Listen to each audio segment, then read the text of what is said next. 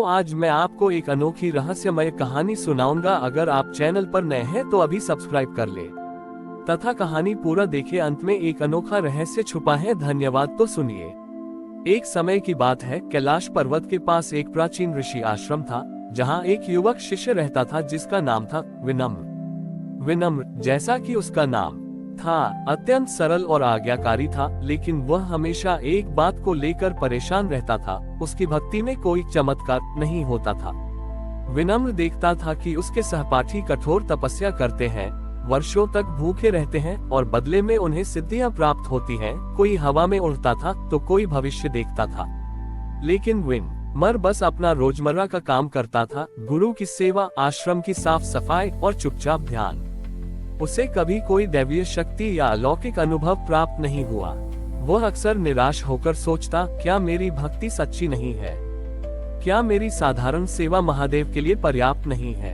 एक दिन निराश होकर विनम्र ने अपने गुरु से अपनी व्यथा सुनाई। गुरु ने मुस्कुराते हुए कहा, वत्स, तुम चिंता न करो। शिव जी तुम्हें केवल तभी दर्शन देंगे जब तुम उन्हें अविभाजित समय अर्पित करोगे, पर इस समय को अर्जित करने का तरीका तुम्हें स्वयं खोजना होगा। विनम्र को ये बात समझ नहीं आई। उसने सोचा, अविभाजित समय क्या होता है? उसने कठोर तपस्या करने का निर्णय लिया। वह कई दिनों तक बिना हिले डुले घोर ध्यान में बैठ गया। जब शिव जी ने देखा कि विनम्र हठपूर्वक तपस्या कर रहा है, तो उन्होंने एक लीला रची। शिव जी ने एक अत्यंत वृद्ध कमजोर यात्री का रूप धारण किया, जो गंभीर रूप से बीमार था। यात्री लड़खड़ाता हुआ आश्रम के रास्ते पर पहुंचा और जोर से कराहने लगा।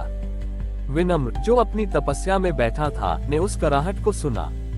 उसका ध्यान भंग हो गया। उसके मन में दो विचार आए।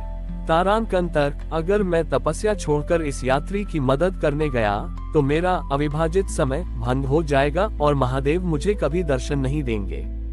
तारांकन दया, ये व्यक्ति कष्ट में है।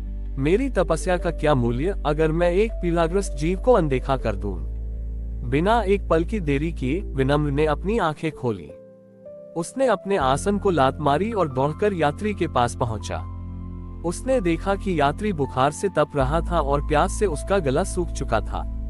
विनम्र ने तुरंत यात्री को उठाया, उसे अपनी पीठ पर लाद लिया और आश्रम की ओर भागा। उसने अपनी तपस्या, अपनी सिद्धियां और अपनी अविभाजित समय की खोज सब कुछ भूल गया। उसने घंटों यात्री की सेवा की, उसे पानी पिलाया, औषधियां दी और रात भर उसके पास जागकर बैठा रहा। वह अपनी तपस्या से प्राप्त एक क्षण भी यात्री की सेवा से अलग नहीं करना चाहता था। अगले दिन सुबह जब सूर्य की पहली किरणें आश्रम पर पड़ी तो यात्री का बुखार उतर चुका था। उसने आंखें खोली और उसकी आंखों में एक दिव्य चमक थी। वह यात्री स्वयं भगवान शिव थे। शिव जी ने मुस्कुराते हुए कहा, मेरे प्यारे भक्त, तुमने मेरी तलाश अविभाजित समय में की और तुमने उसे पा लिया।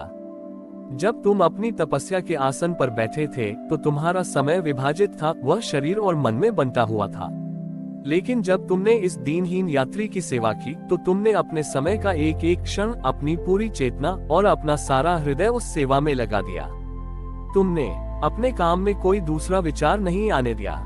यही है असली अविभाजित समय और यही है मेरा सबसे प्रिय भोग। विनम्र ने अपने चरणों में पड़े हुए शिव जी को देखा और समझा कि सच्ची भक्ति कठोर नियमों में नहीं बल्कि करुणा से भरे कर्म में है। शिव जी ने उसे आशीर्वाद दिया कि उसकी सेवा और भक्ति ही अब उसकी सबसे बड़ी सिद्धि होगी और वह दूसरों के लिए भी प्रेरणा बनेगा। इस प्रकार विनम्र ने ये सिद्ध किया कि ईश्वर को खोजने के लिए चमत्कारों की आवश्यकता नहीं है, बल्कि उस पूर्ण और अविभाजित समर्पण की आवश्यकता है जो सेवा में निहित होता है। भगवान शिव के दर्शन और अविभाजित समय के रहस्य को समझने के बाद विनम्र का जीवन पूरी तरह से बदल गया। वह वापस तपस्या के आसन पर नहीं बैठा। इसके बजाय उसने अपनी सारी ऊर्जा और ध्यान आश्रम की सेवा में लगा दिया। विनम्र अब हर कार्य को उसी पूर्ण समर्पण से करता था जैसे उसने शिव रूपी यात्री की सेवा की थी। वह घास काटने जाता तो उसका मन केवल घास काटने में होता। जब वह बर्तन धोता तो उसका मन केवल बर्तनों की सफाई में लीन होता।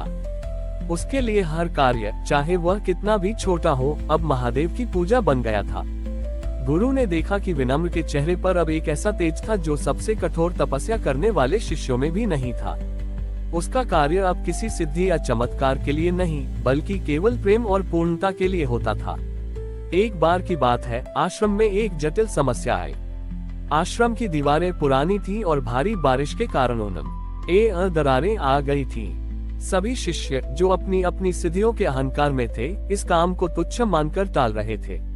वे सोचते थे कि दीवार बनाना एक नीचा काम है और वे तो उच्च साधना के लिए बने हैं।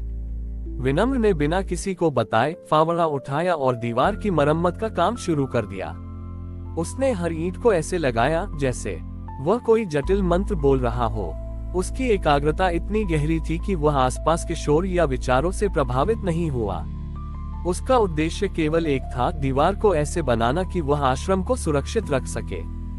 जब वह काम कर रहा था, तब उसके गुरु और बाकी शिष्य उसे देखने आए। उन्होंने देखा कि विनम्र की मेहनत और लगन साधारण नहीं था। बड़ी उसके माथे पर पसीने की बूंदें थीं, पर उसके चेहरे पर परम शांति थी। जब विनम्र ने आखिरी ईंट लगाई तो एक चमत्कार हुआ।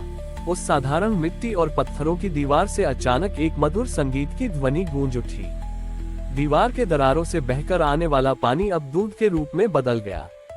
गुरु ने शिष्यों की ओर देखा और कहा, देखो, तुम लोग वर्षों तक सिद्धि की खोज में रहे, पर चमत्कार ने उस कार्य में जन्म लिया जिसे तुम तुच्छ समझते थे। ये संगीत और दूध इसलिए आया क्योंकि विनम्र ने अपने कार्य में अविभाजित समय और अखंड प्रेम डाला। गुरु ने समझाया, विनम्र ने ये दीवार आश्रम के लिए नहीं, बल्कि उस शिव के लिए बनाई जो हर जगह व्याप्त है। उसने अपने श्रम को पूजा बना दिया। शिव जी ने उसे यह सिद्ध करने के लिए ये चमत्कार दिया कि कोई भी कर्म छोटा नहीं होता, अगर वह पूर्ण समर्पण और प्रेम से किया जाए।